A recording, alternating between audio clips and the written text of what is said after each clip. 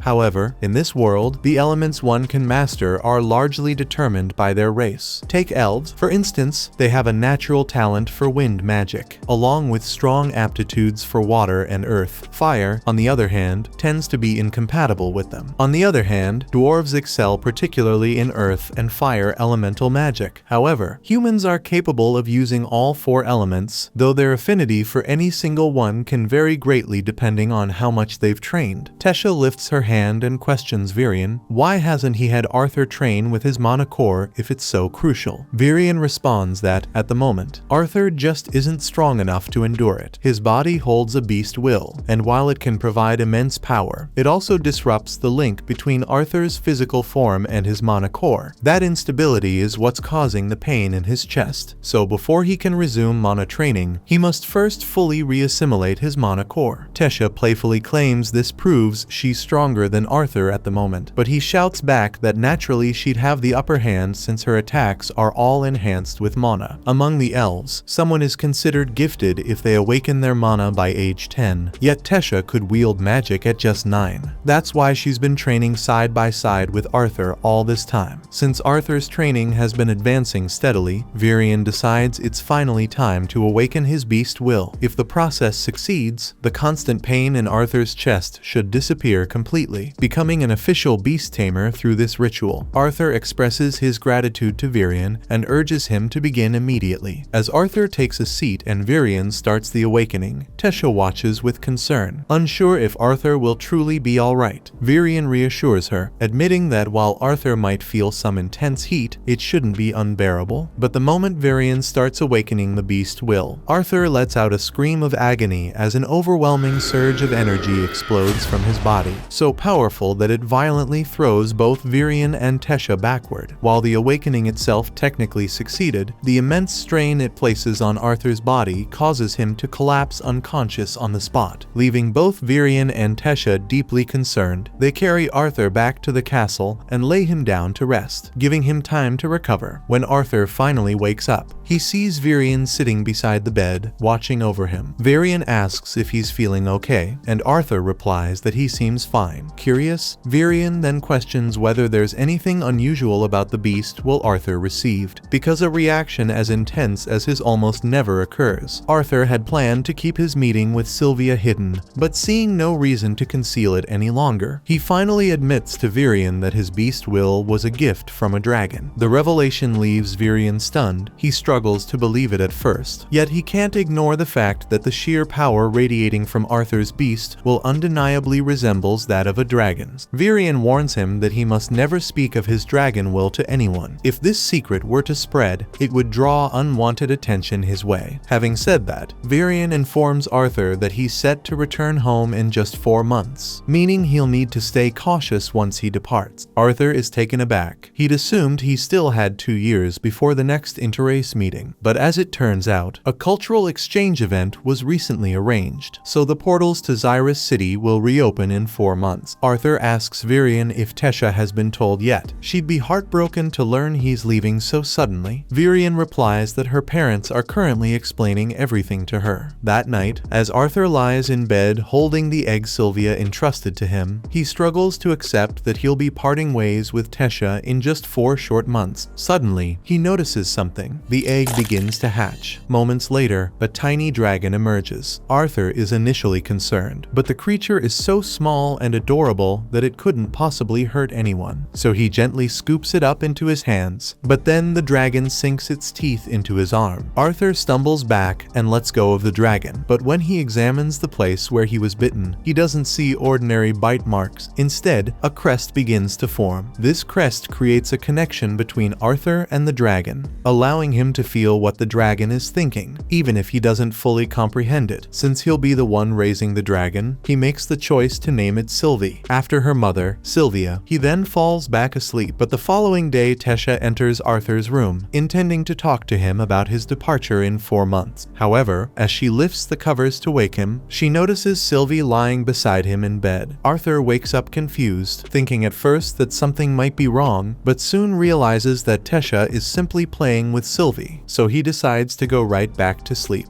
That same day, Arthur and Tesha head to the training grounds for their session with Virion, with Tesha doing her utmost to win Sylvie's affection. However, after nearly squeezing her too tightly earlier, Sylvie keeps her distance from Tesha. When they finally spot Virion, and the moment he notices Sylvie on Arthur's head, he almost has a heart attack, never having dreamed he'd witness a real dragon in his lifetime. As Tesha keeps playing with Sylvie, Arthur explains that Sylvie only hatched because of the beast will awaken awakening he experienced the day before. He worries that having Sylvie around could cause trouble. If people figured out she was a dragon, it would be disastrous, but Virion reassures him, saying there's no need to stress over it. Dragons are little more than legends these days, so nobody would ever guess Arthur's little companion is actually one. All he has to do is pass her off as some rare creature that simply resembles a dragon. Putting that aside, it's time for them to start today's training. Virion informs Arthur that now that he's awakened his beast will, he'll need to train both his beast core and mana core at the same time, and the most effective way to do that is through real combat experience. With that, Virion begins to transform. Once the transformation is complete, he announces that Arthur's training begins immediately. Arthur prepares for an attack, but Virion merely takes a single step forward and disappears. Arthur attempts to defend himself, but tracking Virion's movements proves impossible. He has no clue where the attack might come from. He senses Virion's presence lingering nearby, yet despite his best efforts, he can't detect even the slightest hint of his location. It's an incredible skill, but Arthur isn't eager to get pummeled just for a demonstration. Without hesitation, he throws his hands up in surrender. The moment he does, Virion materializes behind him and Arthur is frustrated because fighting him is just too unfair. Virion could have struck Arthur at any moment during that exchange, and Arthur still wouldn't have had the slightest idea where he was.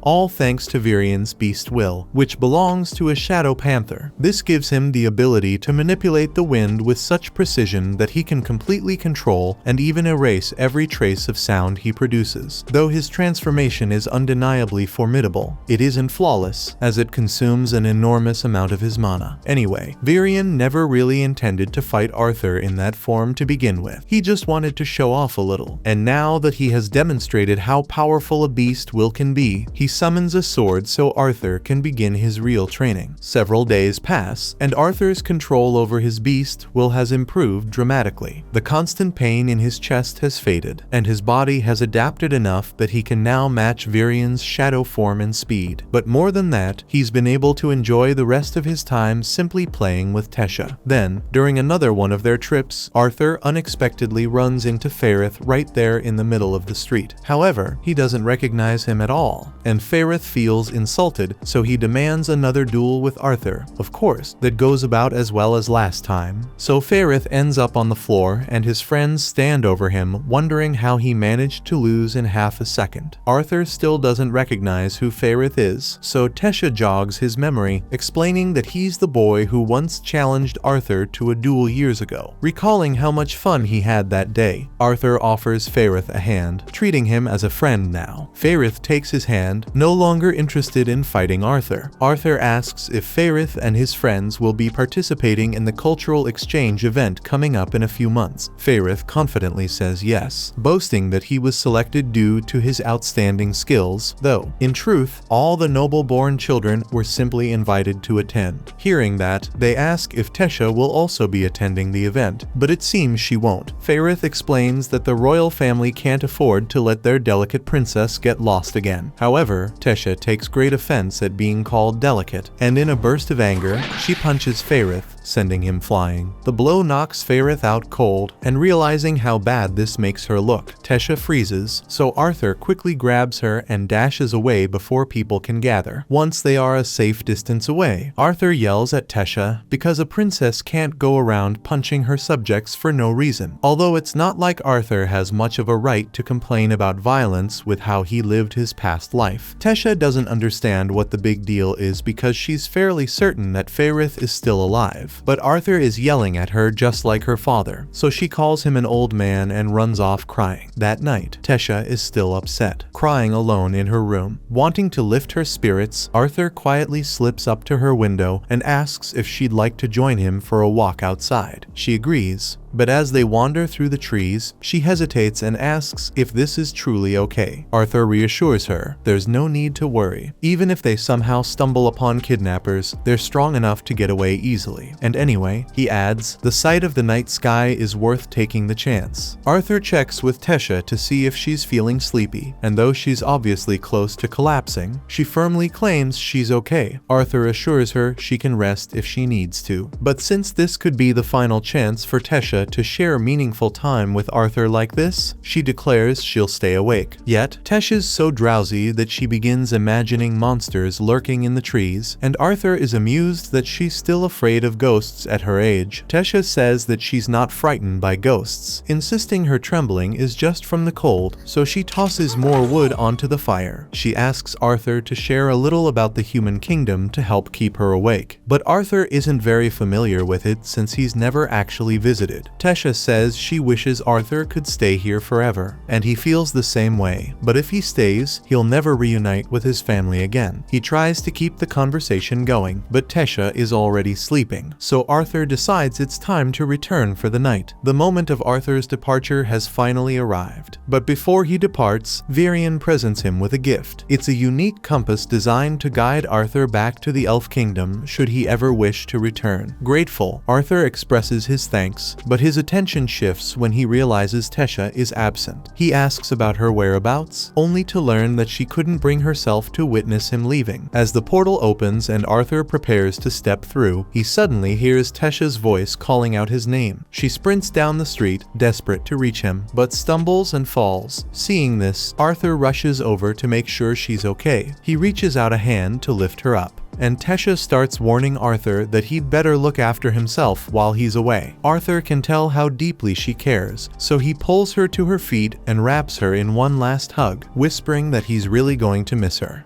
Upon reaching the city of Xyrus, Arthur is reunited with his parents and discovers he now has a younger sister named Elena. For years, Alice and Reynold have been sharing stories about Arthur with her, so she's thrilled to finally meet him. Once they step inside, Alice quickly starts questioning Arthur about his well-being. The last time they spoke, he had mentioned feeling ill, so she's eager to find out if he has recovered. Arthur reassures her that he's fine and there's no need for concern, though he still has plenty to share. He then recounts everything that happened after being separated from his family, though he carefully omits any mention of meeting Sylvia or inheriting her beast will. Instead, he tells them about encountering Tesha and describes the time he spent in the Elf Kingdom while recovering from his illness. Alice questions whether he's truly okay, warning him that if his condition were to worsen again, they wouldn't be able to treat him here. Arthur, however, insists that won't happen. Since he can't reveal the truth about his beast will, he fabricates an explanation, claiming his illness was due to awakening too early, which destabilized his mana core. Though it bothers him to deceive his parents, Arthur knows it's necessary, until he grows strong enough to handle any potential dangers. Revealing everything would be too risky. At that moment, Reynold catches sight of Sylvie and asks Arthur about her origin. Arthur quickly fabricates a story, saying he discovered Sylvie inside a mana beast's cave. From that point on, he chose to take her in and made her his pet. Elena appears to get along with her just fine. On that note, Reynold still has more things he wants to know, so he stands up and asks Arthur what stage his mana core is currently at. Alice scolds Reynold, accusing him of trying to start a fight with Arthur right after he returned from a long trip, but Reynold doesn't see anything wrong with wanting to gauge how much stronger his son has become. Arthur isn't bothered by the questions, but before responding further, he's curious about Reynold's occupation. How else could they afford such a comfortable home? Reynold clarifies that he serves as a security instructor at the Helstia auction house and reveals that his mana core has reached the dark orange stage. Arthur is genuinely impressed by this revelation, since reaching an orange level mana core is no small feat. Mana cores span a spectrum from black to white, with the core growing stronger as its color lightens. Reynold, being an augmenter, clearly dedicates significant effort to physical training. Feeling quite proud of himself, Reynold asks Arthur what stage his mana core has reached, and Arthur replies that he's at the light red stage. Reynold lets out a curse when he realizes that Arthur is almost at his level, completely forgetting that Elena is still in the room. He still can't wrap his head around the fact that Arthur is so close from overtaking him in strength, and he refuses to accept that without a challenge, so he tells Arthur to spar with him in the garden right away. Arthur accepts the challenge, but before they can step outside, the living room doors burst open as few strangers enter, inquiring whether Reynolds' son has returned yet. Reynolds presents the man to Arthur as Vincent Helstia, the proprietor of the auction house where Reynolds is employed. Both Vincent and his wife, Tabitha, express their delight at finally meeting Arthur, as she's heard countless stories about him. Arthur, in turn, replies that the honor is his. Vincent can't help but remark on Arthur's politeness, joking that such refined manners certainly couldn't have been learned from Reynolds. Continuing the introductions, Vincent and Tabitha present their daughter, Lilia, to Arthur. Initially, she appears quite shy around him, but the moment she notices Sylvie perched on Arthur's shoulder, she's completely in love. She asks Arthur if she can pet Sylvie, and as soon as he agrees, she eagerly scoops the creature into her arms, showering it with affection. While Lilia is busy with that, Reynolds lets Arthur know that this house belongs to Vincent, so it might be a good idea to get his approval before they end up breaking anything. The moment Reynolds brings up the possibility of destruction, Vincent starts to get nervous, and his concerns are quickly validated when he learns that Reynolds and Arthur are having a sparring match in the garden. The group makes their way outside to observe the duel, though Vincent hesitates, questioning whether it's truly appropriate for Arthur and Reynolds to spar. He struggles to accept that someone Arthur's age could have already reached the light red core stage. However, Alice reassures him that Arthur has always been a fast learner, and besides, he'd have no reason to fabricate such a claim. So Tabitha tells Vincent to relax and simply enjoy the spectacle. In truth, Arthur could have advanced to the orange stage years ago, but during his time training with his beast Will, he wasn't permitted to work on his mana core. Even so, he's got a few other tricks he's eager to show off. As the match gets underway, Arthur and Reynolds start exchanging blows, and Reynolds is genuinely impressed by how much stronger Arthur has become,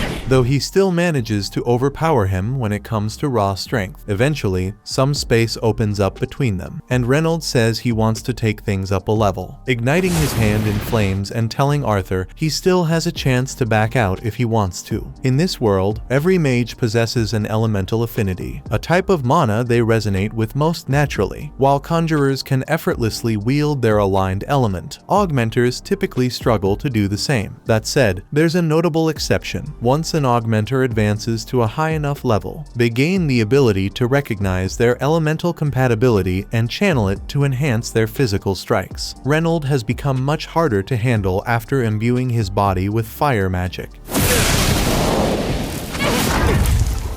So Arthur makes the decision to go all out as well, pouring mana into his arms. The two collide once more, and now the fight is far more evenly balanced. Yet Arthur is still forced back by Reynolds' raw strength. Thanks to the knowledge from his past life, Arthur's training with Virion was incredibly productive, allowing him to fully master fire magic much earlier than expected. Because of this, Virion suggested he might want to push beyond ordinary fire. And what we're seeing now is the outcome of that rigorous training. Once more, Arthur channels mana into his hands, but now, sparks of electricity flicker around him as he summons lightning. Reynolds is stunned. He can hardly believe Arthur has truly mastered an advanced form of fire magic. Yet Arthur isn't finished. Even as he wields lightning, he also manipulates the water from the fountain, sending it surging toward his father from behind. Though Reynolds manages to block the strike, he's completely astonished that Arthur can command both fire and water elements at once. He's never been prouder of his son, so he pulls Arthur into a hug and asks where he picked up a move like that, and if he's got any other cool tricks up his sleeve. Arthur says he only just started learning how to use lightning magic, and while he's still not great at controlling it, he's definitely improving. That's when Elena rushes out onto the field to make sure both Arthur and Reynolds are okay. Meanwhile, Vincent and Tabitha just stand there in awe because no normal kid should be capable of what Arthur just did. That evening, as they gather for dinner, Vincent can't stop raving about how remarkable Arthur is. Reynolds remarks that he's known Arthur was extraordinary ever since the boy first awakened his mana at just 3 years old. Vincent finds this hard to believe. After all, even the most prodigious talents in this world don't awaken their mana until around the age of 8, although most geniuses don't blow up their house in the process. Reynolds bursts out in laughter when he recalls that incident, but maybe he laughed a little too hard because he ends up falling over in his chair. At that moment, Vincent rises from his seat and proposes the idea of Arthur enrolling in Xyrus Academy. The suggestion takes Reynold by surprise. He had never even entertained such a thought before, since Xyrus Academy is an elite institution primarily attended by the wealthy and powerful mages of their world. Tabitha nods in agreement with Vincent, adding that they'd be willing to pay for Arthur's tuition. After all, someone with his extraordinary talent is destined for greatness. However, Alice hesitates to accept their generosity. They've already done so much for the family, and now offering to cover Arthur's education feels like too much. Besides, Arthur is just 8 years old, and the Academy's minimum enrollment age is 10. Vincent says he already thought of that, and due to the nature of his work, he happens to know the director of the Academy personally, so if he talks to her about it, he's sure he can get an exception for Arthur. However, before Vincent can say anything else, Arthur chimes in and says it would be nice if they asked for his opinion before making a decision like that. He just reunited with his family today, and he'd prefer to spend some time with them before anyone starts talking about sending him off to school. He then excuses himself from the dinner table and starts walking through the halls, but he still isn't familiar with the layout of this house yet. Just then, Lilia calls out to him and warns that Arthur might get lost in the basement if he continues heading that way. Lilia instructs Arthur to follow her. She guides him to one of the break rooms where the household servants are gathered. The servants greet Lilia warmly, as she frequently visits during her free time. Even though Arthur only arrived today, they all recognize him. After all, he set the garden on fire during his earlier confrontation with Reynold. Arthur offers an apology for the inconvenience he caused, but none of them seem particularly upset about it. Lilia checks with Maria to see if there's any duck remaining, and Maria confirms there is, though she cautions Lilia to watch her portions as she's been putting on a bit of weight recently. One of the maids explains to Arthur that Lilia frequently visits this place whenever she feels overwhelmed. Her parents are pushing her relentlessly to awaken as a sorcerer, forcing her to attend lessons constantly, while Lilia herself does want to become a mage. The constant pressure wears on her, so she needs to escape and unwind from time to time. Later that night, Arthur is spending some time with his parents, and they are still really excited to have their little Arthur back. He looks a lot different compared to the last time they saw him, but he's still the same person on the inside. Thanks to Arthur's incredible talent, he's certain to become a powerful mage someday, but regardless of that, his parents would always love him just the same. They'd love to chat longer, but they figure Arthur must be exhausted after such a long day, so they stand up and bid him good night. Before heading out, though, Reynold wants to address what Vincent mentioned earlier. He might come across as insistent, but everything he said was for Arthur's own good, and of course, no one would force him to attend the academy if he truly didn't want to. The following morning, Arthur wakes up in a hurry and dashes downstairs. He's got visitors waiting to see him. The Twin Horns squad had caught wind of Arthur's return and decided to drop by for a visit. While Arthur's delighted to reunite with them, Angela's even more thrilled, immediately sweeping him up in a tight hug. After Angela finally releases her grip, Arthur exchanges greetings with the rest of the group. But then, without warning, Jasmine begins running her hands over Arthur's body, inspecting him closely. It might seem a little strange, but she's just making sure Arthur didn't sustain any injuries. Once she's certain he's alright, she hugs him and says sorry for what occurred. She feels responsible for failing to protect Arthur when he got separated from the others that day, so seeing him unharmed brings her immense relief. After some time passes, everyone finally settles and so they can all catch up,